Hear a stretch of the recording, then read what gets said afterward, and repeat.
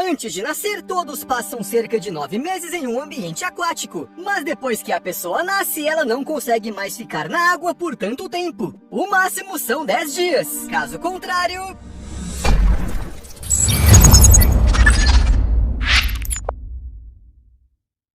Em novembro de 2002, um cara chamado Tim Yarrow estabeleceu um recorde mundial. Para entrar no Guinness Book, ele ficou submerso em uma pequena piscina localizada em um shopping center em Joanesburgo. O Tim tinha equipamento de mergulho e um tubo especial de alimentação, pois ele ficou debaixo d'água 240 horas. 10 dias. À primeira vista parece que, bem, o que isso tem de mais? Ele só ficou na água e nem precisou prender a respiração. Mas a água pode ser um verdadeiro desafio. Nas palavras do próprio Tim, os primeiros 3 dias foram um verdadeiro inferno. Talvez porque nesses dias ele não conseguiu dormir por causa de uma máscara que não era apropriada. Ou talvez o problema todo seja o que a água pode fazer com o corpo humano. Dá uma olhada nos dedos de Tim, veja no que eles se transformaram. Foi a água que os deixou assim, só água, nada mais. O Tim teve sorte. Ele foi examinado por um médico e todo o processo contou com um controle constante. E mesmo assim, os dedos ficaram terríveis, como se não fossem de uma pessoa viva. Os especialistas dizem que essa prisão de 10 dias na água poderia ter consequências piores e completamente imprevistas. Muito provavelmente, se uma pessoa ficar debaixo d'água por muito tempo, sua pele começará a se decompor. Basicamente, a água simplesmente destrói nossa pele. Sim, simples água. Tudo começa com a pele só enrugando. Você provavelmente já observou esse efeito. Ele tem uma explicação científica. A razão pela qual nossas mãos e pés ficam assim é porque a superfície da pele está coberta com células mortas de queratina. Elas absorvem água mais rápido do que qualquer outra, e como há uma camada igual mas com células vivas por baixo, as mortas simplesmente incham e eventualmente enrugam. Mas o que exatamente acontece depois, nem mesmo os cientistas sabem muito bem. Steve e eu tentamos encontrar informações, mas parece que nenhuma pesquisa científica confiável foi feita até agora. Me corrijam se eu estiver errado, mas uma coisa é clara: a pele humana começa a se decompor após uma imersão contínua em água por vários dias. Surgem feridas abertas, infecções fúngicas e bacterianas entram no corpo, contaminando-o, mesmo que a água seja completamente estéril. Aliás, entre outras coisas, a pressão da água reduz a circulação sanguínea nos membros e dificulta a respiração. A água simplesmente mata.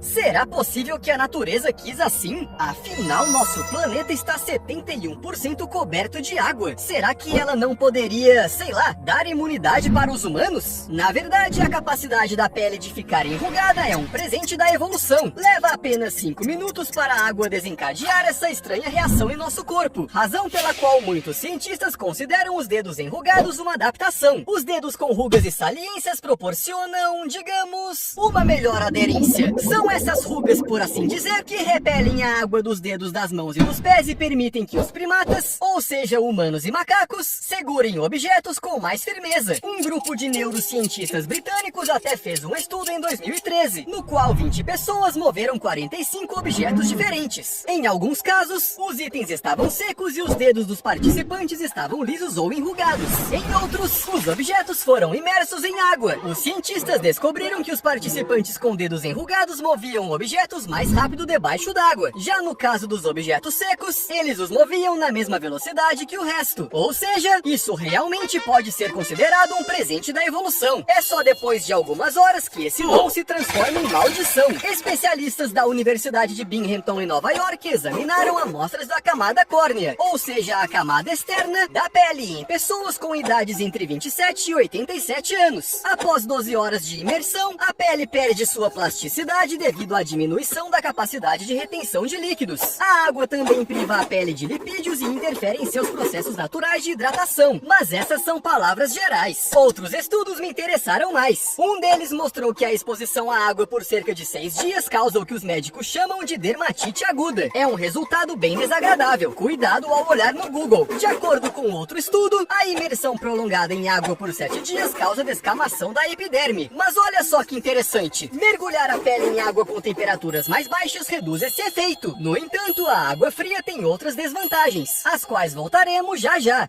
E sabe o que pode ser pior do que ficar na água por muito tempo? Ficar na água salgada por muito tempo. Em 2018, Ross Edgley fez o que ele chamou de Grande Natação Britânica. Ele nadou ao redor de todo o Reino Unido em 157 dias. Ele, é claro, precisou descansar, consumir uma quantidade enorme de calorias e ter a supervisão de especialistas. Mas a água fez seu trabalho mesmo assim. A roupa de mergulho ralou muito seu pescoço, mas a língua foi a que mais sofreu. Depois de apenas 160 quilômetros, só para comparação, toda a jornada foi de 2.884 quilômetros. A constante entrada de água do mar em sua boca fez com que ficasse difícil para o Ross falar, comer e até mesmo engolir. Isso porque, já vou avisando, é muito nojento. E espero que você não esteja comendo nada agora. Começaram a cair uns pedaços da língua do cara. Imagine que você acorda de manhã e em seu travesseiro há fragmentos de sua própria língua. E isso é o que a água salgada é capaz de fazer. E isso em apenas alguns dias, sendo que o Ross alternava entre 6 horas de natação e 6 horas de descanso. Pode a pele humana ficar ainda mais vulnerável? Sim, e isso acontece com a idade. Até cerca de 70 anos, nada de especial acontece. Ou seja, a pele, claro, muda e envelhece. Mas isso não é tão grave. Mas depois dos 70, de acordo com a pesquisa, a pele fica quebradiça. A probabilidade de rachar ou rasgar é muito maior do que no caso das pessoas mais jovens. Infelizmente, o estudo não responde à pergunta de por que isso acontece. Talvez tenha a ver com o desgaste do organismo. Mas se você acha que apenas a imersão na água pode causar danos inesperados ao corpo humano, danificando sua pele, então você simplesmente não ouviu falar que gotas de água fria podem enlouquecer. Nos séculos XV ou XVI, os assassinos eram punidos dessa maneira em alguns países. E se você conhece os detalhes, fica claro o quão severa era essa punição. É bem simples. A água fria pingava lentamente no couro cabeludo, na testa ou no rosto da pessoa durante um período muito longo. A frequência das gotas caindo era irregular, ou seja, era simplesmente impossível se preparar para elas. Além da sensação aguda de frio, que causava ainda mais ansiedade quando a pessoa tentava adivinhar quando cairia a próxima gota. Como resultado, a pessoa simplesmente entrava em estado de psicose. Durante a psicose, as pessoas experimentam delírios, alucinações e perda de contato com a realidade. Levava apenas 20 horas para chegar a esse estado. 20 horas de gotejamento contínuo e não rítmico.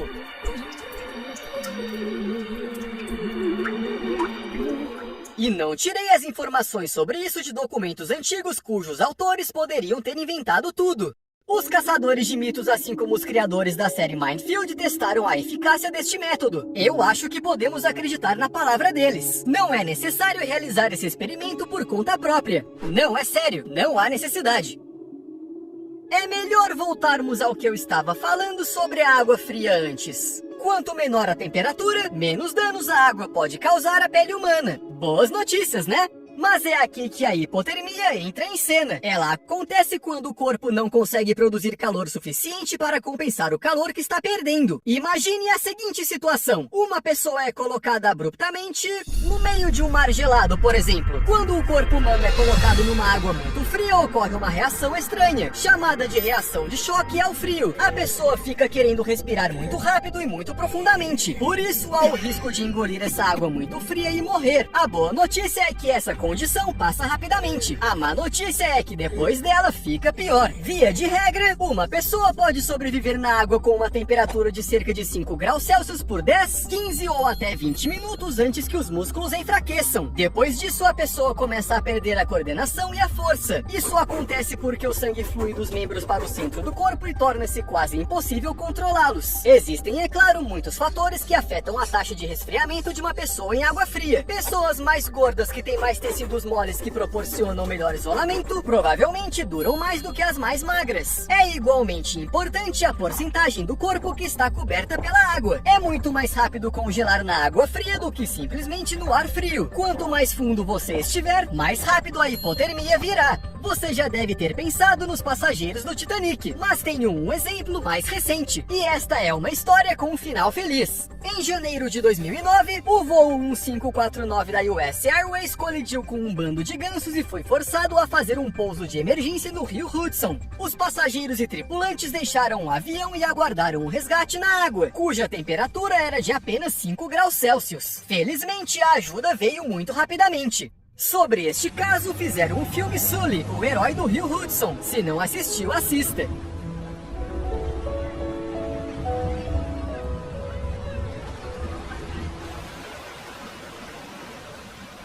O que temos então? A água pode matá-lo danificando sua pele, a água pode deixá-lo louco, a água pode baixar a temperatura do seu corpo e afogá-lo, mas tudo isso parece ser compreensível, esperado e até lógico. O que não pode ser dito sobre envenenamento com água. E não me refiro a água com produtos químicos perigosos. Temos um fato para você. Beber muita água potável pode matá-lo. Sim, precisamos de água para sobreviver. Sua falta prejudica nosso bem-estar e nossa saúde e pode levar às mais terríveis consequências. Mas este é exatamente um caso em que algo em excesso faz mal. Em 2007, Jennifer Strand, de 28 anos, entrou numa competição e bebeu cerca de 6 litros de água em 3 horas. E então ela morreu de intoxicação por água. E este é apenas um de muitos tristes exemplos. Agora eu, que sou uma pessoa que em geral bebe bastante água, fiquei preocupado. Talvez eu esteja a um passo da morte.